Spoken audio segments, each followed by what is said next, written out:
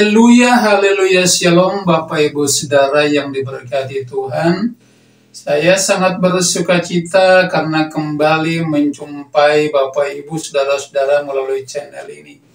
Dan saya sangat berharap Bapak Ibu semua dalam keadaan sehat walafiat, terus diberkati oleh Tuhan. Berdasarkan thumbnail yang terpampang di depan video ini, saudara-saudara, saya percaya bahwa pasti ada pro dan kontra, pasti ada yang senang, ada juga yang tidak senang, ya, pasti ada yang menerima dan ada juga yang menolak, ya. Namun saya selaku hamba Tuhan, saya berupaya untuk harus mengatakan apa adanya, karena berdasarkan penelitian yang panjang tentang poin atau doktrin baptisan ini, ya, ada hal-hal yang selama ini kita menganggap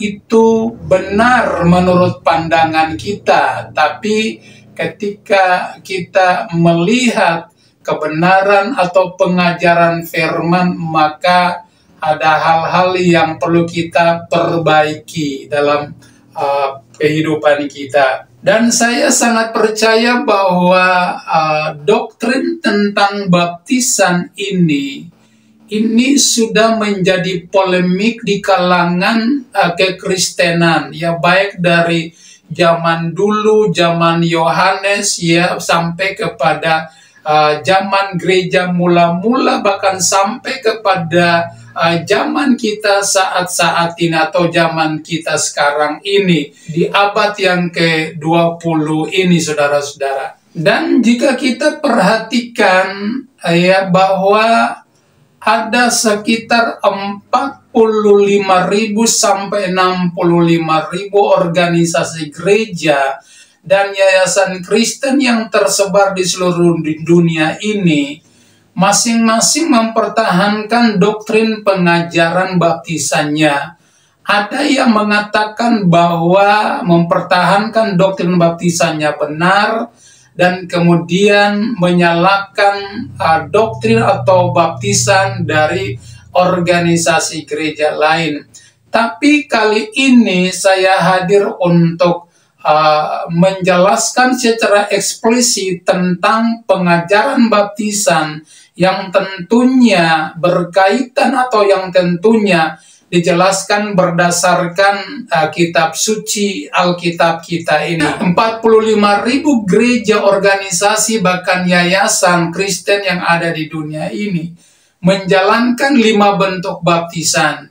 Baptisan yang pertama adalah baptisan percik, kemudian baptisan yang kedua adalah baptisan air atau baptisan selam, baptisan yang ketiga adalah baptis duduk, dan baptisan yang keempat adalah baptis pakai bendera, dan baptisan yang kelima adalah baptis muntah-muntah. Namun kali ini saya tidak bisa menjelaskan secara keseluruhan. Saya hanya memilih, ya, beberapa jenis baptisan, ya, baptisan yang bersifat alkitabiah. Bapak Ibu Saudara-saudara, mari kita melihat di antara kelima bentuk baptisan ini, baptisan mana yang sesuai dengan Alkitab, ya, atau dilakukan secara alkitabiah.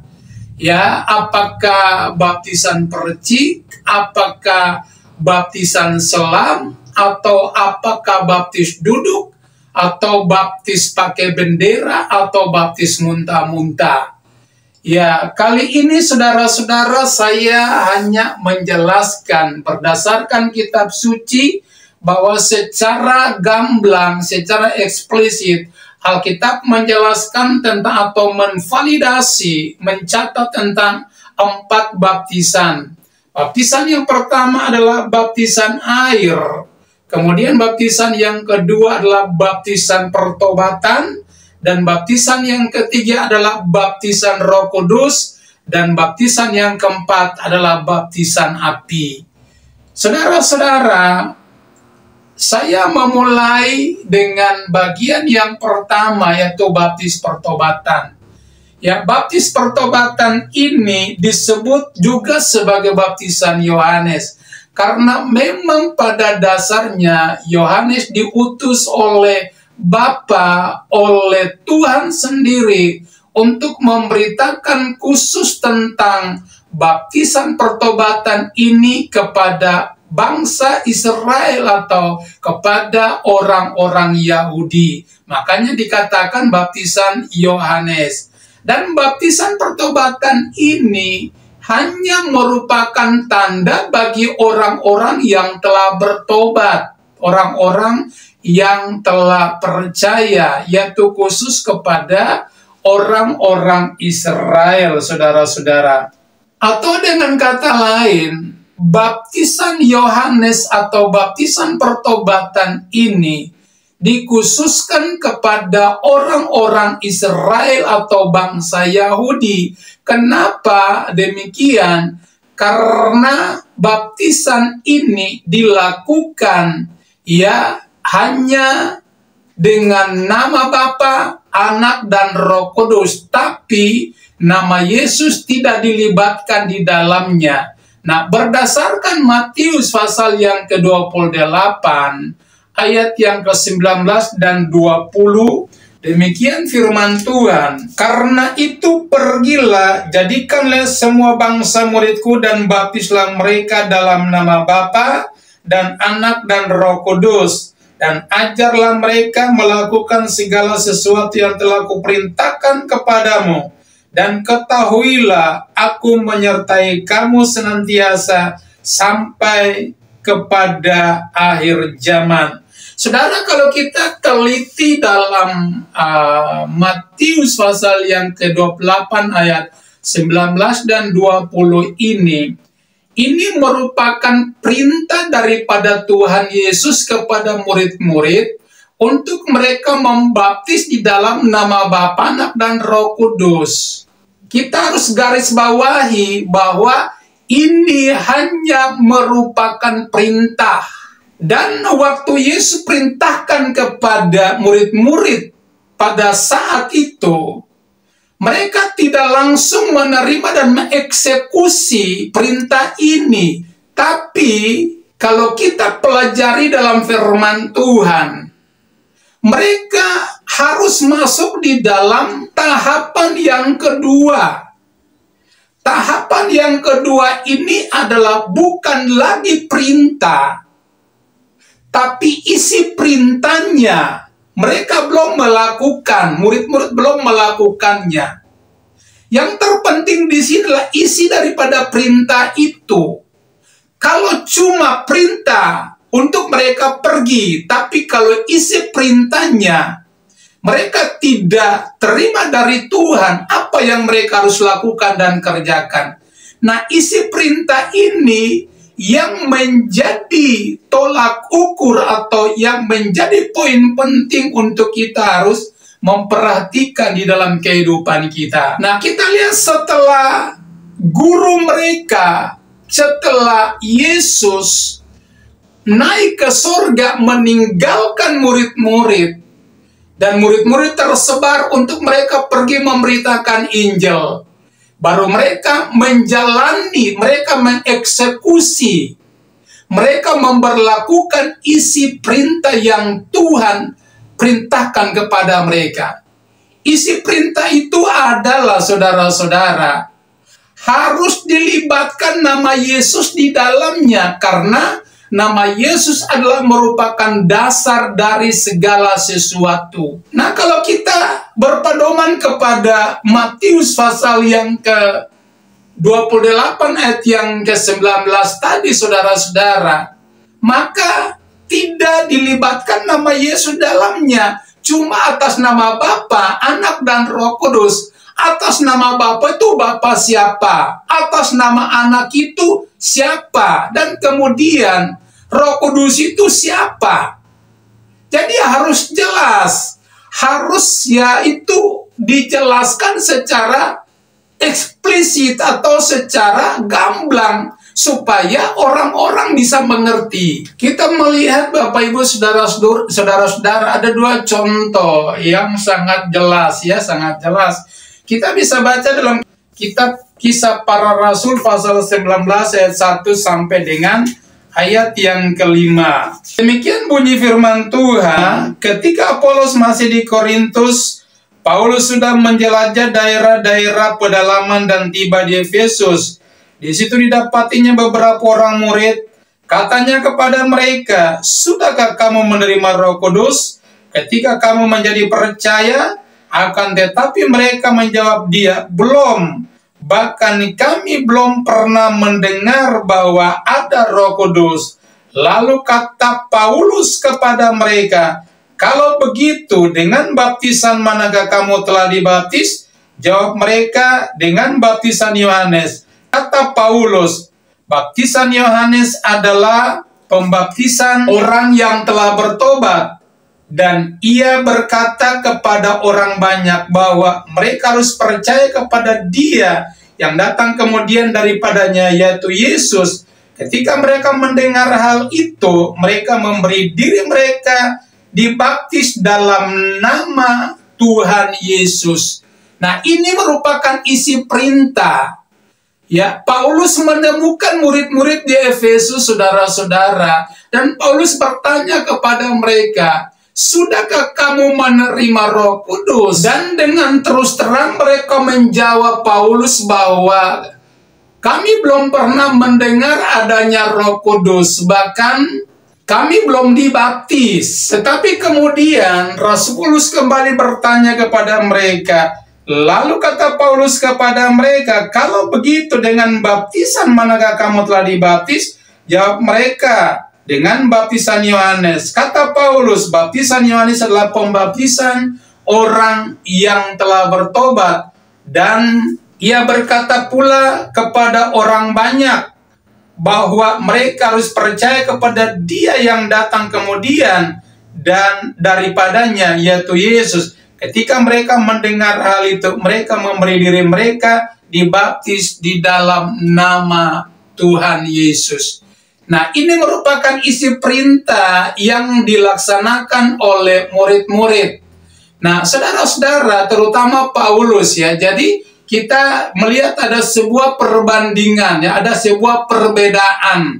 Jadi, baptisan yang dilakukan, yang diperintahkan oleh Tuhan Yesus kepada murid-murid, baptis orang dalam nama Bapa, Anak, dan Roh Kudus. Tapi nama Yesus belum dilibatkan di dalamnya, karena Yesus belum terangkat ke sorga. Setelah Yesus terangkat ke sorga, baru ya murid-murid melaksanakan isi daripada baptisan itu. Dan mulailah murid-murid membaptiskan orang-orang yang percaya kepada Yesus itu ketika memberi diri mereka dibaptis dalam nama Tuhan Yesus Kristus. Jadi baptisan itu harus berbunyi, aku membaptiskan engkau dengan jalan keampunan dosa di dalam nama Bapa, Anak, dan Roh Kudus, di dalam nama Tuhan Yesus Kristus. Jadi nama Yesus itu harus dilibatkan di dalam baptisan yang sesungguhnya. Karena nama Yesus itu merupakan ya tanda pengesahan, atau nama Yesus itu merupakan dasar dari segala-galanya, saudara-saudara. Kemudian kita lihat poin yang berikut, ya, Petrus yang melayani bersama-sama dengan Kristus sendiri, dengan Yesus sendiri, dan dia juga menyuruh orang-orang untuk membaptis dalam nama Yesus. Nah, kita lihat dalam kitab Kisah Para Rasul pasal 10 ayat yang ke-47 dan 48. Bolehkah orang mencegah untuk membaptis orang-orang dengan air, sedang mereka telah menerima Roh Kudus sama seperti kita? Lalu ia menyuruh mereka dibaptis dalam nama Yesus Kristus. Ya. Kemudian mereka meminta Petrus supaya ia tinggal beberapa hari lagi bersama-sama dengan mereka.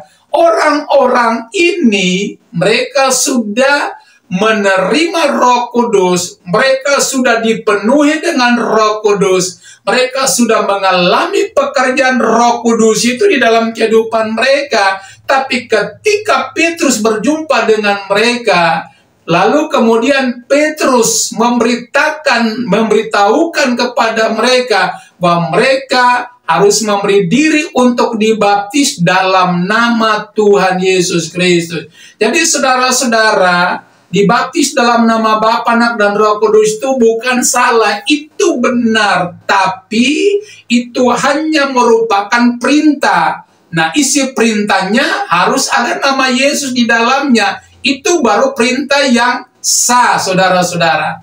Nah, sekarang saya akan masuk di dalam dasar baptisan. Ya, ada beberapa hal yang perlu kita perhatikan. Yang pertama adalah dasar baptisan. Kemudian yang kedua adalah syarat baptisan.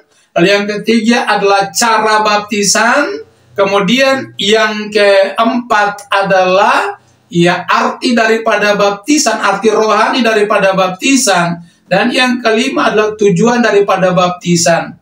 Karena segala sesuatu yang kita lakukan itu harus punya dasar yang tepat. Harus punya dasar yang benar. Kalau kita tidak tahu dasarnya, maka perjalanan kehidupan kita kesananya akan jadi salah, Bapak, Ibu, Saudara-saudara. Nah, kita harus pahami dulu dasarnya. Dasar baptisan yang sesungguhnya, saudara-saudara. Ya, ibaratnya seperti sebuah rumah. Kalau dasarnya benar, fondasinya benar, maka rumah itu dia berdiri di fondasi yang kuat, yang benar. Walaupun datang banjir, datang angin badai, bahkan hujan sekalipun, bangunan itu tetap berdiri kokoh karena dia berdiri atas dasar yang kuat. Sama halnya dengan kehidupan rohani kita juga demikian, saudara-saudara. Kalau dasar baptisan kita benar, dasar kehidupan kita benar, maka perjalanan kehidupan kita, walaupun diterpa angin badai, pencobaan, kesulitan, kesukaran, penderitaan, sengsara, tapi kita tidak gampang goyah. Kenapa? Karena kita tahu bahwa kita berdiri di atas dasar yang kuat. Nah, dasar yang kuat itu adalah dasar pengajaran yang benar, sesuai dengan ajaran Kristus itu sendiri. Nah, saudara-saudara, Alkitab mengkonfirmasi atau memvalidasi tentang dasar daripada baptisan air. Itu terdapat dalam kitab Kejadian pasal yang ke-9 ayat yang ke-8 sampai dengan ayat yang ke-13. Saya bacakan di sini. Berfirmanlah Allah kepada Nuh dan kepada anak-anaknya bersama-sama dengan dia, sesungguhnya aku mengadakan perjanjianku dengan kamu dan dengan keturunanmu, dan dengan segala makhluk hidup yang bersama-sama dengan kamu, burung-burung, ternak, dan binatang-binatang liar di bumi yang bersama-sama dengan kamu, segala yang keluar dari bahtera itu, segala binatang di bumi. Maka kuadakan perjanjianku dengan kamu bahwa sejak ini tidak ada yang hidup yang dilenyapkan oleh air bah lagi, dan tidak akan ada lagi air bah untuk memusnahkan bumi.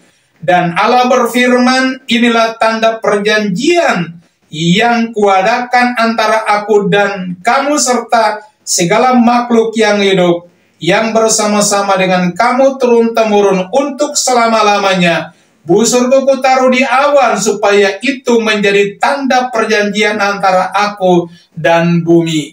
Jadi saudara-saudara, Tuhan membuktikan janjinya. Kenapa kita dibaptis? Karena ada sebuah peristiwa. Peristiwa itulah peristiwa air bah. Ketika air bah melanda dunia pada saat itu, bumi pada saat atau pada zaman Nuh, semua orang dibinasakan. Semua orang mengalami kematian. Yang hidup hanya Nuh bersama dengan istrinya, hanya 8 orang. Nuh bersama dengan istrinya, 3 anak laki-lakinya masing-masing dengan istrinya, dan juga ada binatang-binatang, saudara-saudara. Mereka diselamatkan dari air bah itu karena Tuhan sudah memberitahukan sebelum Tuhan melaksanakan penghukuman itu kepada manusia yang hidup pada zaman itu. Jadi saudara-saudara, kita dibaptis karena ada sebuah peristiwa. Peristiwanya itu adalah peristiwa air bah. Allah berjanji, saudara-saudara, Allah berjanji bahwa sejak saat ini aku tidak membinasakan manusia dengan air bah lagi, dan tidak ada air bah lagi yang melanda bumi untuk selama-lamanya. Itu merupakan perjanjian dari Tuhan.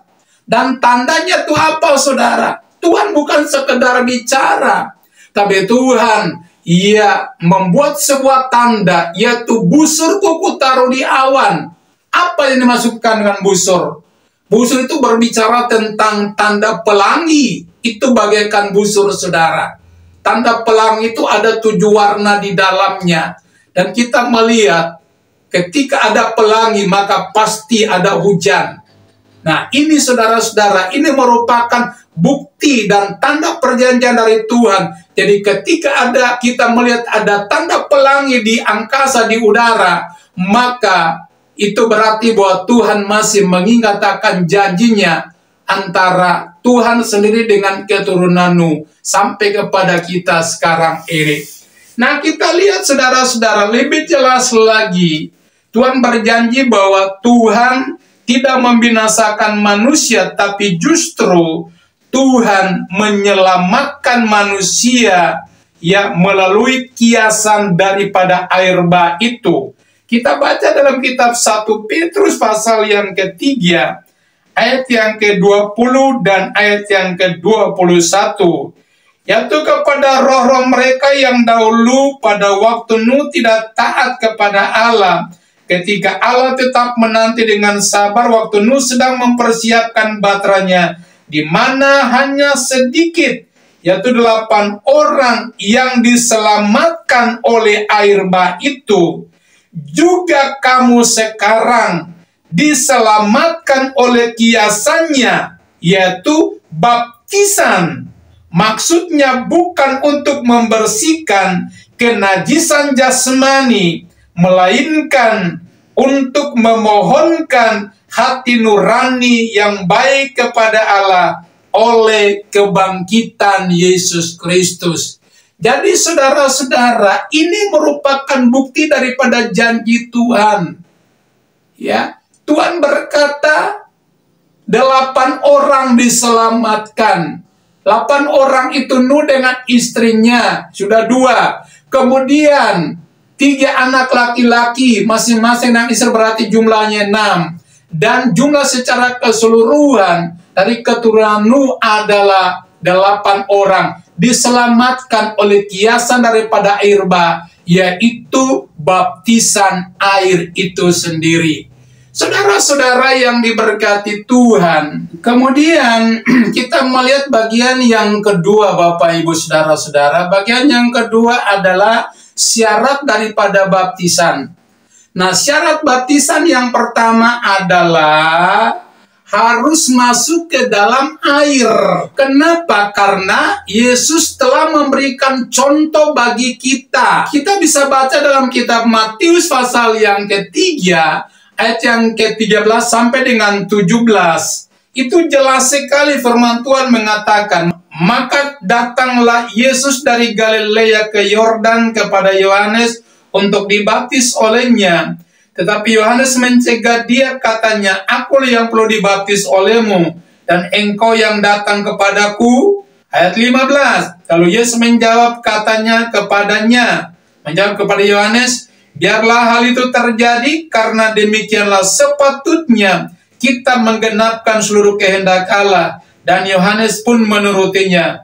Sesudah dibaptis, Yesus segera keluar dari air. Dan pada waktu itu juga langit terbuka, dan ia melihat Roh Allah seperti burung merpati turun ke atasnya. Lalu terdengarlah suara dari sorga yang mengatakan, "Inilah anakku yang kukasihi, kepadanya aku berkenan." Jadi saudara-saudara, kita perhatikan, waktu Yesus datang kepada Yohanes untuk dibaptis oleh Yohanes, Yohanes menolak karena Yohanes tahu bahwa yang dibaptis ini bukan manusia biasa, tapi yang dibaptis ini adalah Yesus sendiri sebagai anak Allah yang hidup, sebagai Tuhan itu sendiri. Dan itu sebabnya Yohanes menolak. Tapi dengan spontan, Yesus berkata kepada Yohanes bahwa, ya demikianlah sepatutnya kita menggenapkan seluruh kehendak Allah. Dan akhirnya Yohanes menurutinya, dan Yohanes membaptiskan Yesus. Saudara-saudara, ayat yang ke-16 kita lihat di sini. Sesudah dibaptis, Yesus segera keluar dari air, dan pada waktu itu juga langit terbuka, dan ia melihat Roh Allah seperti burung merpati turun ke atasnya. Nah, kalau kita kaitkan dengan arti daripada baptisan dalam bahasa aslinya, ya, bahasa Greek, saudara, Greka, itu baptiso, artinya ya dimasukkan ke dalam air atau dibenamkan ke dalam air. Ini klop, saudara, ya, klop dengan Matius pasal yang ketiga yang ke-16 ini sangat relevan, tidak ada bedanya. Karena arti daripada baptisan itu adalah baptiso, artinya harus masuk ke dalam air. Ini tidak ada yang salah, ini benar. Ya, itu firman itu benar, saudara-saudara. Ya, jadi jelas sekali, saudara-saudara. Dan mungkin ada pertanyaan begini, tapi orang-orang Israel yang menjadi pengikut Musa kan mereka tidak dibaptis di dalam air. Saudara, jangan salah, Alkitab memvalidasi dengan jelas.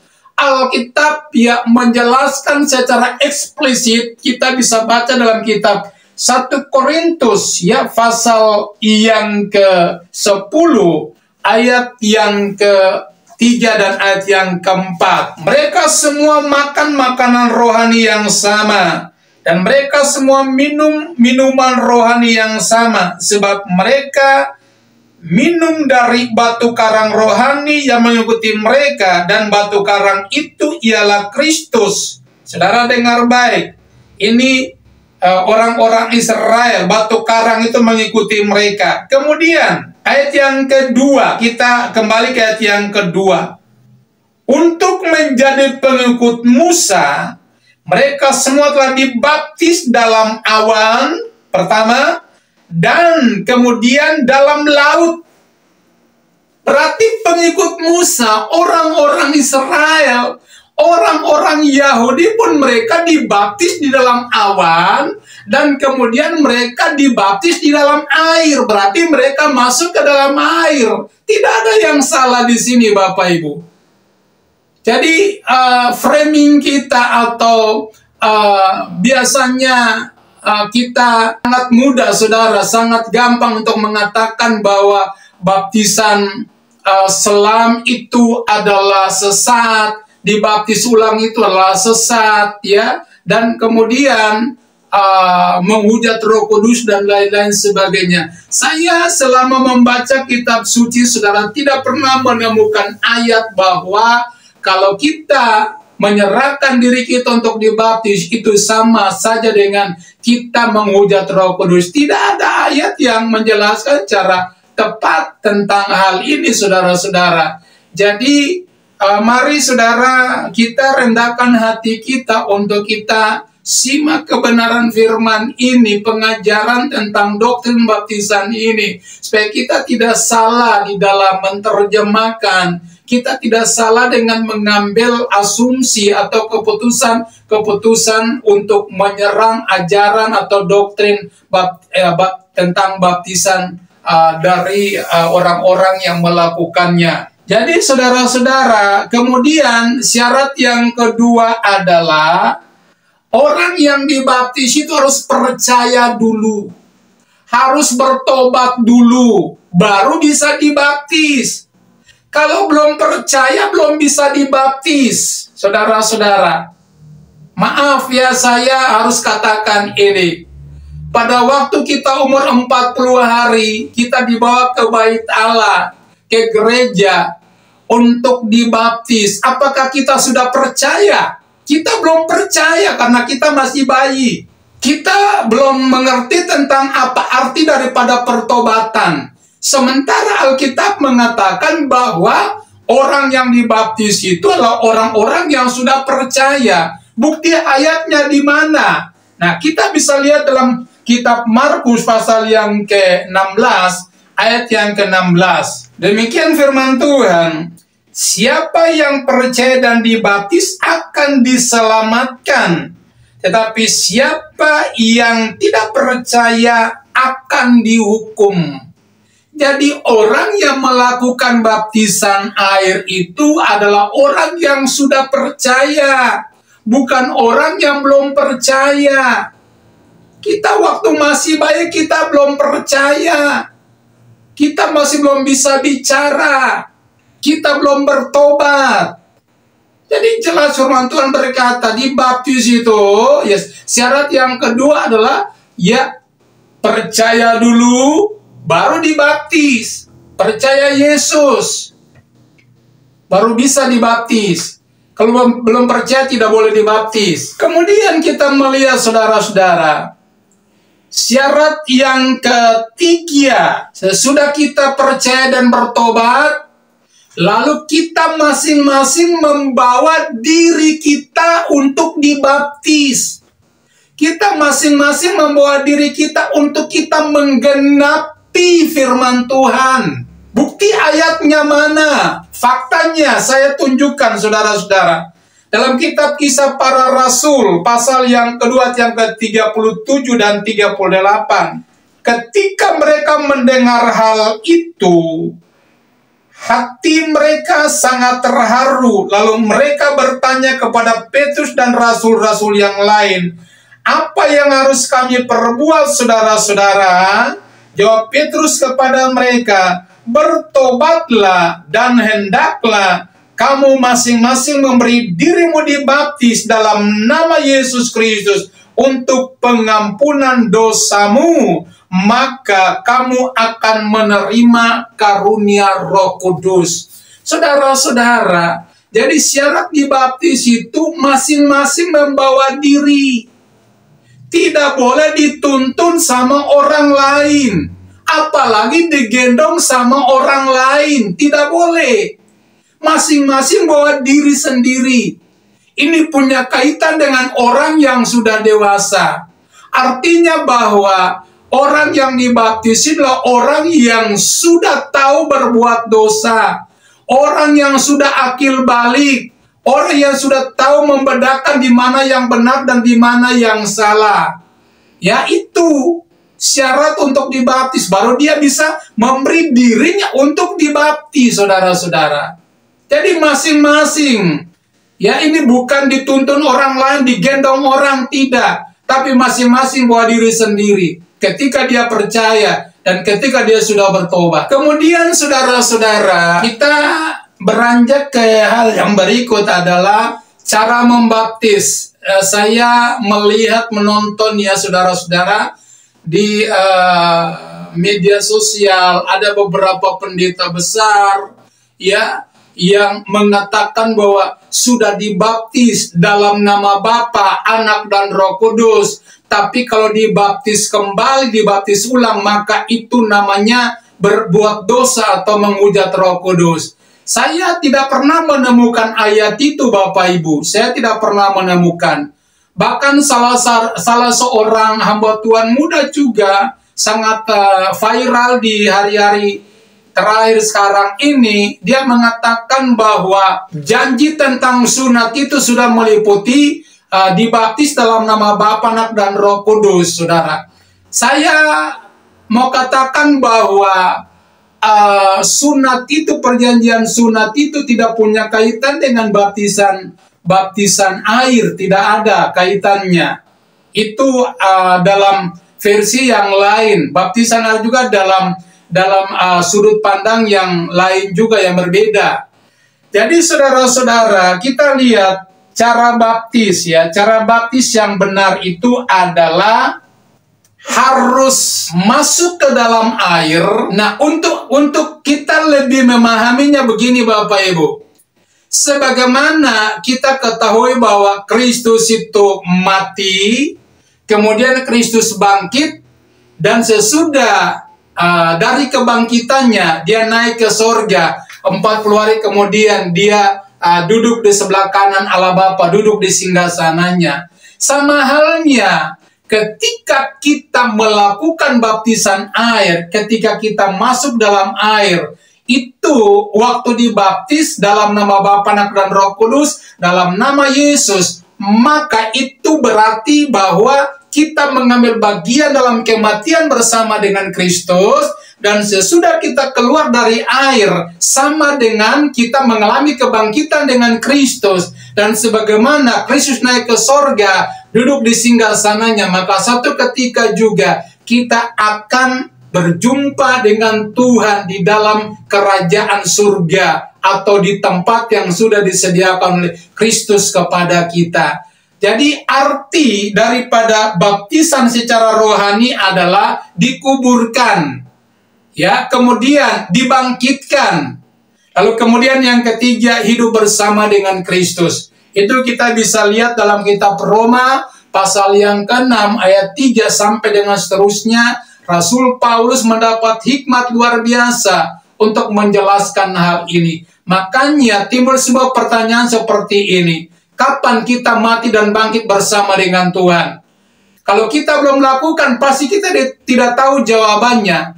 Tapi kalau kita sudah melakukannya, maka pasti kita tahu bahwa ketika kita mati dan bangkit bersama dengan Kristus pada waktu kita melakukan baptisan air, masuk ke dalam air sama dengan mati bersama Kristus, kemudian keluar dari air sama dengan mengalami kebangkitan bersama dengan Kristus. Lalu kemudian Kristus naik ke sorga, kita pun satu ketika akan naik ke sorga berjumpa dengan Kristus, Yesus Tuhan kita. Puji Tuhan, saudara-saudaraku yang diberkati Tuhan. Untuk meyakinkan Bapak Ibu Saudara-saudara, alangkah baiknya kita baca saja supaya menguatkan firman atau pengajaran yang saya sampaikan saat ini.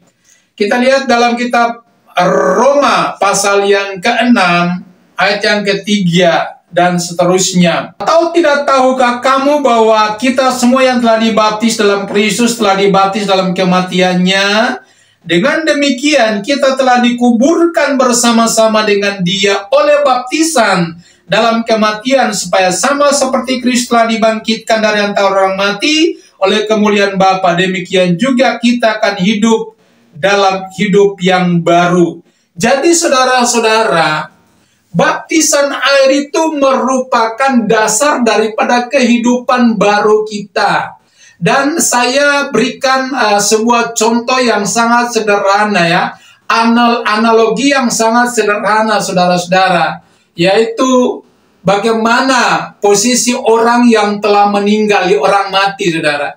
Posisinya nggak mungkin dia duduk, nggak mungkin dia tidur miring, tidak.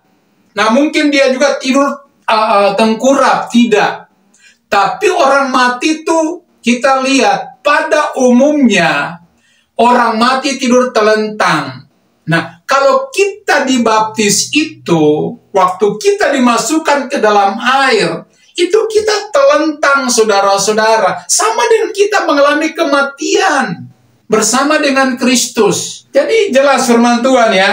Kemudian ayat yang kelima, sebab jika kita telah menjadi satu dengan apa yang sama dengan kematiannya, kita juga akan menjadi satu dengan apa yang sama dengan kebangkitannya.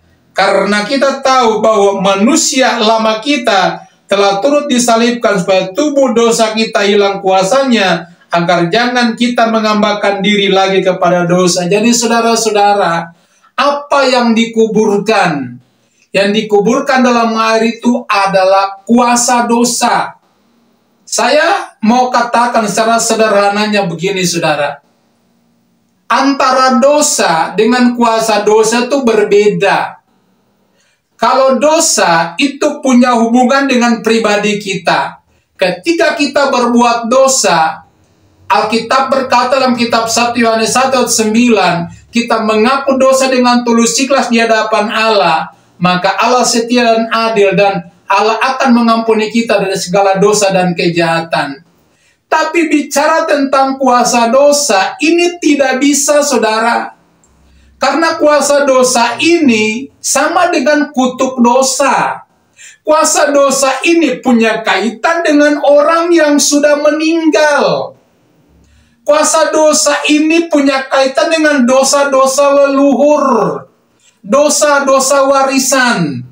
Makanya saudara perhatikan dalam kitab Mazmur pasal 51 ayat yang ke-7, pemazmur menyatakan dengan jelas bahwa sejak dalam kandungan ibuku aku sudah berdosa, dan aku dilahirkan di dalam kesalahan. Secara logik saudara, kita belum dilahirkan, masa Alkitab berkata kita sudah berdosa? Sementara kita belum dilahirkan. Dan dilahirkan pun belum tentu langsung berbuat dosa, karena masih bayi. Belum bisa berbuat apa-apa. Tapi Alkitab jelas mengatakan bahwa sejak dalam kandungan ibuku aku sudah berdosa. Aku dilahirkan dalam kesalahan. Kira-kira dosa apa ini saudara-saudara? Jadi dosa yang dimaksudkan adalah dosa turunan, dosa leluhur, dosa Adam dan Hawa, dosa orang tua kita. Ratapan pasal yang ke-7 ayat 5 berkata bahwa bapak-bapak kami sudah tidak ada, tapi kamilah yang menanggung dosa-dosa mereka. Jadi jelas saudara-saudara, makanya kita kaitkan dalam pasal yang ke-6, ayat yang ke-6, Roma pasal 6 ayat yang ke-6 ini. Karena itu kita tahu manusia lama kita telah turut disalibkan, supaya tubuh dosa kita hilang kuasanya. Jadi kuasa dosa ini yang jadi permasalahan saudara, menjadi akar dalam kehidupan kita. Ini perlu dikuburkan. Ya, kuasa dosa ini, karena ini menjadi penghalang bagi kita untuk kita menerima keselamatan. Kita harus pahami hal ini baik-baik Bapak Ibu Saudara-saudara, supaya kita tidak salah dalam mengambil komitmen keputusan untuk melakukan kebenaran firman. Ini saya sampaikan ini saudara karena melalui proses penelitian yang menggali rahasia firman khususnya tentang doktrin baptisan ini. Dan kemudian saudara-saudara yang terakhir, tujuan daripada baptisan. Ya, tujuan daripada baptisan. Kita bisa baca dalam kitab 1 Korintus, pasal yang ke-12, ayat yang ke-13. Demikian firman Tuhan. Sebab dalam satu roh kita semua, baik orang Yahudi maupun orang Yunani, baik budak maupun orang merdeka, telah dibaptis menjadi satu tubuh, dan kita semua diberi minum dari satu roh. Jadi saudara-saudara, baik orang Yahudi, orang Yunani, hamba, orang merdeka, kita semua dibaptis dalam satu tubuh, menjadi satu tubuh dalam Kristus. Jadi setiap orang yang melakukan baptisan yang benar, maka saudara-saudara, dia akan tergabung dalam pembentukan tubuh Kristus, menjadi satu dengan tubuh Kristus. Tapi siapa yang tidak melakukannya, saya harus katakan dengan jujur bahwa dia akan keluar daripada tubuh Kristus. Karena kedatangan Yesus pada kali yang kedua bukan menyelamatkan pribadi-pribadi orang, tidak. Tapi kedatangan Yesus pada kali yang kedua, salah satu tujuannya hanya menjemput tubuhnya sendiri, menjemput kekasih-kekasihnya, menjemput gerejanya, menjemput orang-orang yang sudah lahir baru dalam Tuhan, lahir dari air dan lahir dari roh. Jadi perlu kita ketahui saudara-saudara bahwa tujuan daripada baptisan ini, ya ini sangat penting bagi kita supaya kita bisa terbentuk dalam tubuh Kristus. Puji Tuhan, saudara-saudara yang diberkati Tuhan. Jadi melalui pengajaran firman tentang doktrin baptisan ini, biarlah mencerahkan kehidupan kita, membawa pemahaman yang baru bagi kita, supaya kita lebih memahami dan mengerti ya apa yang menjadi tujuan Tuhan dalam kehidupan kita. Dan saudara-saudara, nanti dalam segmen yang lain saya akan membuka secara khusus tentang sejarah daripada baptisan percik, supaya kita bisa ketahui, kita bisa sinkronkan dengan pengajaran daripada baptisan, baik baptisan pertobatan, baptisan selam. Puji Tuhan saudara-saudara, demikian firman Tuhan dan Tuhan Yesus memberkati kita sekalian. Shalom.